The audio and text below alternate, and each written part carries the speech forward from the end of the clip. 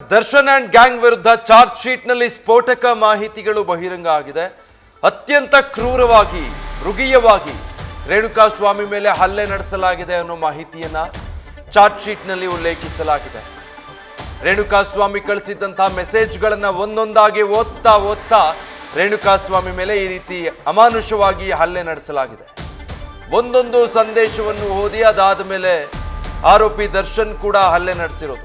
ಪವಿತ್ರ ಕೂಡ ಅಷ್ಟೇ, ಮೆಸೇಜ್ಗಳನ್ನ ಓದಿ ರೇಣುಕಾಸ್ವಾಮಿ ಮೇಲೆ ಹಲ್ಲೆ ನಡೆಸಿದ್ದಾರೆ. ಇದೆಲ್ಲ ಅಂಶಗಳನ್ನ ಚಾರ್ಜ್ ಶೀಟ್ನಲ್ಲಿ ಉಲ್ಲೇಖ ಮಾಡಲಾಗಿದೆ.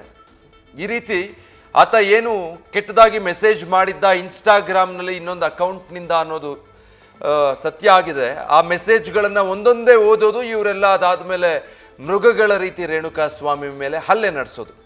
ಈ ಥರ ಒಬ್ಬರಾದ್ಮೇಲೆ ಒಬ್ಬರು ರೇಣುಕಾಸ್ವಾಮಿ ಮೇಲೆ ನಿರಂತರವಾಗಿ ಹಲ್ಲೆ ನಡೆಸಿ ಕೊನೆಗೆ ರೇಣುಕಾಸ್ವಾಮಿಯ ಪ್ರಾಣವನ್ನು ತೆಗೆದು ಬಿಟ್ಟಿದ್ದಾರೆ.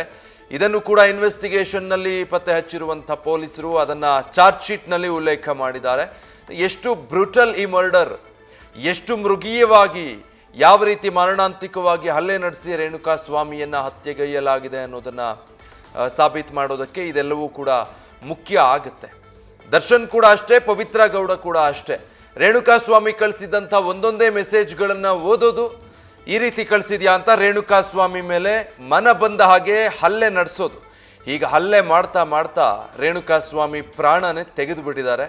ಪ್ರಾಣ ಹೋಗಿದ್ದು ಗೊತ್ತಾಗ್ತಿದ್ದ ಹಾಗೆ ಸ್ಪಾಟಿಂದ ಕಾಲ್ ಕಿತ್ತಿದ್ದಾರೆ. ಬಟ್ ಅತ್ಯಂತ ಕ್ರೂರವಾಗಿ ರೇಣುಕಾಸ್ವಾಮಿ ಮೇಲೆ ಹಲ್ಲೆ ನಡೆಸಲಾಗಿದೆ ಅನ್ನೋದಂತೂ ಸದ್ಯ ಚಾರ್ಜ್ ಶೀಟ್ನಲ್ಲಿ ಉಲ್ಲೇಖ ಮಾಡಲಾಗಿದೆ. ಎಷ್ಟು ಕ್ರೂರವಾಗಿ ನಡ್ಕೊಂಡಿದ್ದಾರೆ ಅಂದರೆ, ದರ್ಶನ್ ಮತ್ತು ಪವಿತ್ರ ಗೌಡ ಶೆಡ್ಡಿಗೆ ಬರೋದಕ್ಕೆ ಮುಂಚೆನೇ ಒಂದು ಸುತ್ತು ಅಲ್ಲಿದ್ದಂಥವರು ಈ ಪವನ್ ಧನ್ರಾಜ್ ಎಲ್ಲ ಸೇರಿಕೊಂಡು ಹಲ್ಲೆ ನಡೆಸಿ ಕರೆಂಟ್ ಶಾಕ್ ಕೊಟ್ಟು ಬಿಸಾಡಿದ್ದಾರೆ. ಅದಾದ ಮೇಲೆ ಮತ್ತೆ ಈ ಥರ ಮೆಸೇಜ್ಗಳನ್ನು ಒಂದೊಂದೇ ಓದ್ಕೊಂಡು ಕೂಡ ಹಲ್ಲೆ ನಡೆಸಿದ್ದಾರೆ.